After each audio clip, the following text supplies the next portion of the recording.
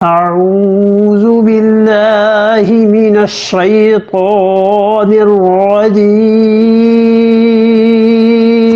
بسم الله الرحمن الرحيم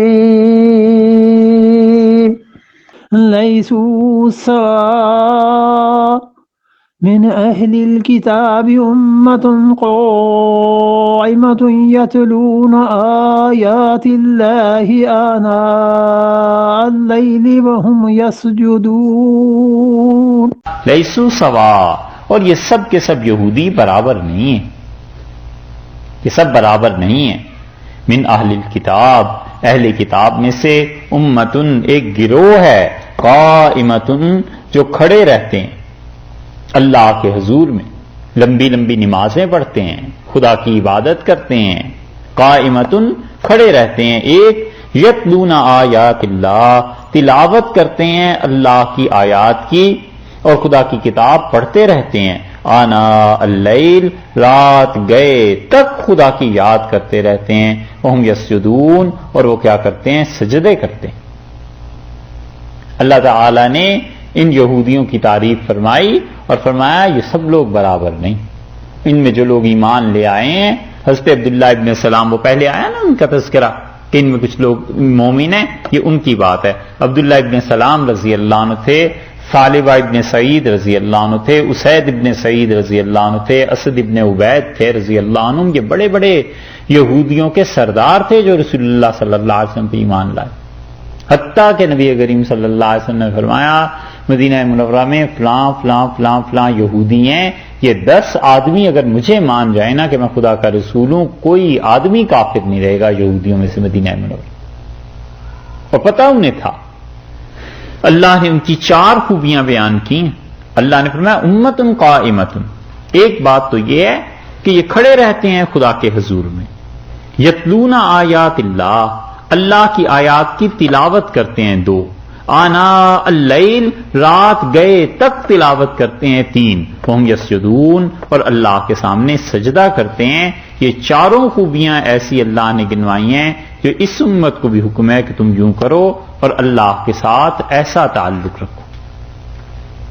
پہلی بات یہ کہی کہ امتن قائمتن، یہ خدا کے حضور میں کھڑے ہونا، قیام ہے نماز کا، لمبی نمازیں پڑھنا، لمبا قیام کرنا۔ اور اللہ تعالی نے رسول اللہ صلی اللہ علیہ وسلم کو بھی یہ بات ارشاد فرمائی ہے کہ آپ کھڑے رہیے، اللہ کے حضور میں دیر تک نماز پڑھیے۔ اور ایک تفسیر جس کی طرف اکثر مفسرین گئے ہیں وہ یہ ہے کہ امتن قائمتن ایسا گروہ ہے جو سیدھی راہ پر ہے، صحیح راہ پر چل رہے ہیں، جو ایمان لے آئے ہیں وہ صحیح راہ پر چل رہے ہیں۔ یتلون آیات اللہ، وہ اللہ کی آیات کی تلاوت کرتے ہیں، کثرت سے خدا کی آیات کو پڑھتے ہیں، یہ اس قرآن پاک کی تلاوت کثرت سے کرتے ہیں۔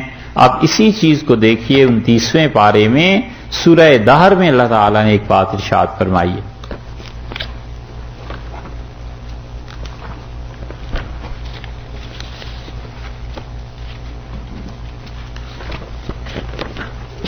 تیسواں پارہ ہے اور سورہ دہر 76 نمبر ہے سورہ کا۔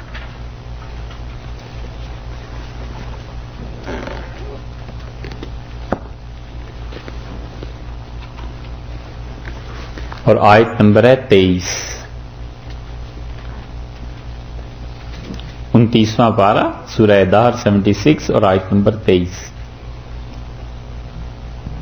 ارشاد فرمایا انا نحن نزلنا علیک القرآن تنزیلا، اور بلا شک و شبہ ہم نے نازل کیا ہے آپ کے اوپر اس قرآن کو، اور قرآن نازل بھی کیسے کیا ہے؟ تنزیلا، آہستہ آہستہ اتارا ہے، تھوڑا تھوڑا کر کے، سہج سہج۔ فاصبر لحکم ربک، اور آپ کیا کیجئے؟ اپنے پروردگار کے حکم کے لیے آپ دیکھتے رہیے کہ اللہ کا جو حکم نازل ہوتا ہے اس کی اطاعت کرنی ہے۔ وَلَا تُطِعْ مِنْهُمْ آثِمًا أَوْ كَفُورًا، اور مت مانیے کسی گناہ گار کا اور ناشکرے کا کوئی بھی کہا، ان کی اطاعت نہیں کرنی۔ یہ ہے آگے حکم۔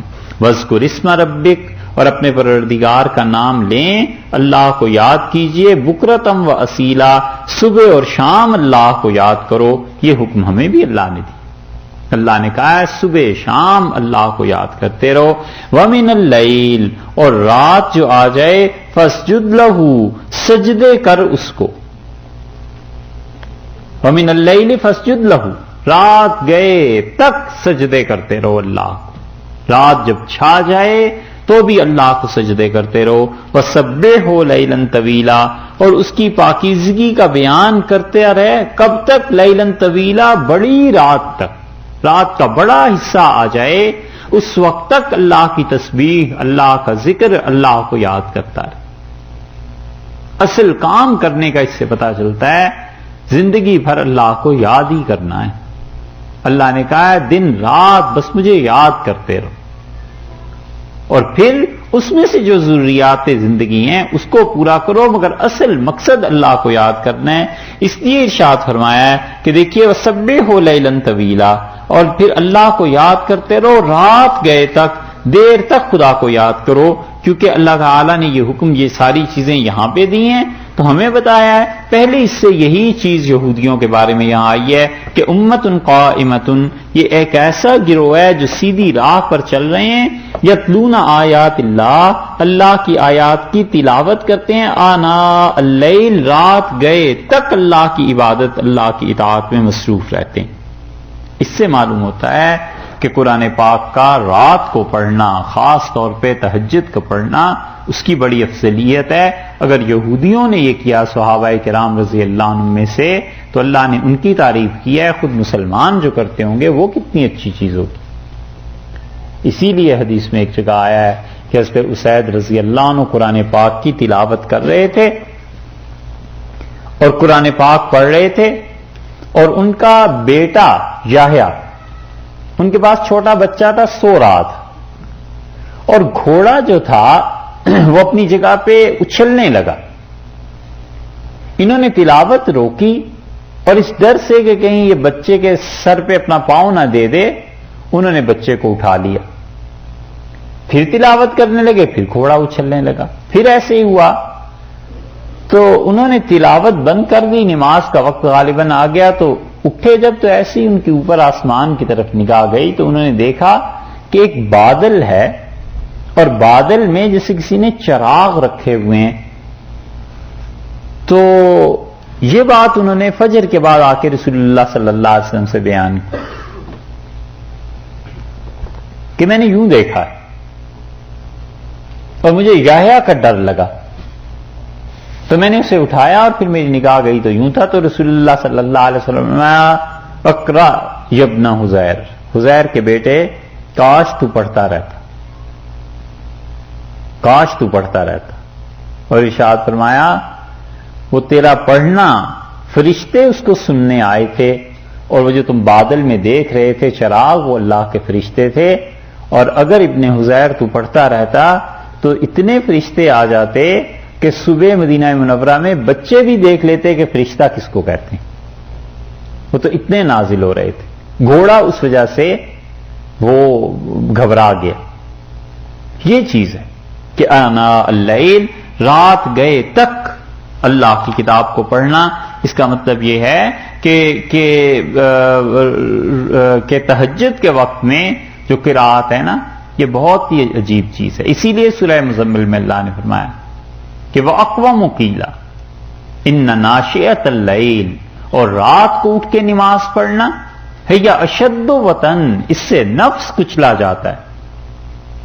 اسی لیے صوفیہ تزکیہ نفس میں تہجد کی نماز کو بڑی اہمیت دیتے ہیں، کیونکہ اللہ نے کہا ہے جس نفس کو تم نے پاک کرنا ہے نا، اس کا تمہیں آسان نسخہ بتاتے ہیں، اور وہ یہ ہے کہ یہ اشد وطن، نفس کچلا جاتا ہے رات کو اٹھتے ہوئے، نیند چھوڑنی پڑتی ہے، اور پھر بالکل تنہائی ہوتی ہے۔ اسی لیے فرمایا وَأَقْوَمُ قِيلًا، اور سب سے زیادہ صحیح بات اس وقت زبان سے نکلتی ہے، کیونکہ کوئی ریاکاری تو کر نہیں سکتا، کس کو دکھانا ہے کہ میں کیوں اٹھا ہوں؟ تو اللہ کے سامنے پھر عقل مند آدمی کہتا ہے جب اٹھا ہی ہوں تو خدا سے صحیح طرح مانگنا چاہیے نا۔ اللہ نے فرمایا یہ اشد وطن، اور اس سے نفس کچلا جاتا ہے۔ اس لیے یہاں فرمایا ہے کہ آیات اللہ آناء اللیل، اور وہ اللہ کی رات گئے تک عبادت میں یعنی اللہ کے لیے تلاوت کرتے رہتے ہیں، ہم یسجدون، اور وہ سجدے کرتے ہیں خدا کو۔ سجدوں کا مطلب یہ ہے کہ یا تو یہ کہ وہ واقعی سجدے کرتے ہیں، لمبی نمازیں پڑھتے ہیں، اور یا یہ کہ اللہ کے سامنے شکر کے طور پر سجدے میں پڑے رہتے ہیں۔ یہ جتنی بھی دعائیں ہیں نا سجدے میں مانگنی چاہیے۔ سجدے میں رسول اللہ صلی اللہ علیہ وسلم نے کہا فاجتہدوا فی الدعاء، سجدے میں کوشش کیا کرو دعا مانگنے کی، اور آپ نے فرمایا یہ سجدے اسی لائق ہیں، یہ ان کی اہمیت ہے، یہ اس شان کے ہیں کہ ان میں دعا مانگی ہوئی قبول ہوتی۔ اور ہمارے یہاں لوگوں نے بالکل چھوڑ دیا ہے سجدے میں دعا مانگنی۔ قرآن و حدیث میں جتنی دعائیں آئی ہیں جب سجدہ کرے اللہ سے مانگنا چاہیے۔ وہ جگہ جہاں پر آدمی اپنا پاؤں رکھتا ہے مٹی، کس نے اسے کہا ہے کہ اپنا سر رکھ دے اور ماتھا ٹیک دے؟ اللہ ہی تو ہے، اسی کے لیے تو ٹکتا ہے، اور کیا؟ وگرنہ یہاں پاؤں رکھنا ہے تو جہاں پاؤں رکھتا ہے وہاں کوئی سر بھی رکھتا ہے؟ تو جب سر رکھتا ہے نا اس مٹی پہ، اس جگہ پہ جہاں پاؤں کی جگہ پہ، تو اللہ کو پھر حقیقتاً اپنے بندے کی عبدیت اور ان چیزوں اس کو وہ دیکھتا ہے اور کہتا ہے یہ صحیح میرا بندہ ہے، سب طرح سے جھک گیا ہے میرے سامنے، تو اس مقام پہ اللہ سے نہ مانگے تو پھر کیا کرے؟ اس لیے سجدوں میں دعا مانگنی چاہیے۔ اللہ تعالیٰ نے فرمایا ہے ایسے ہیں وہ یسجدون، اور وہ سجدے کرتے ہیں۔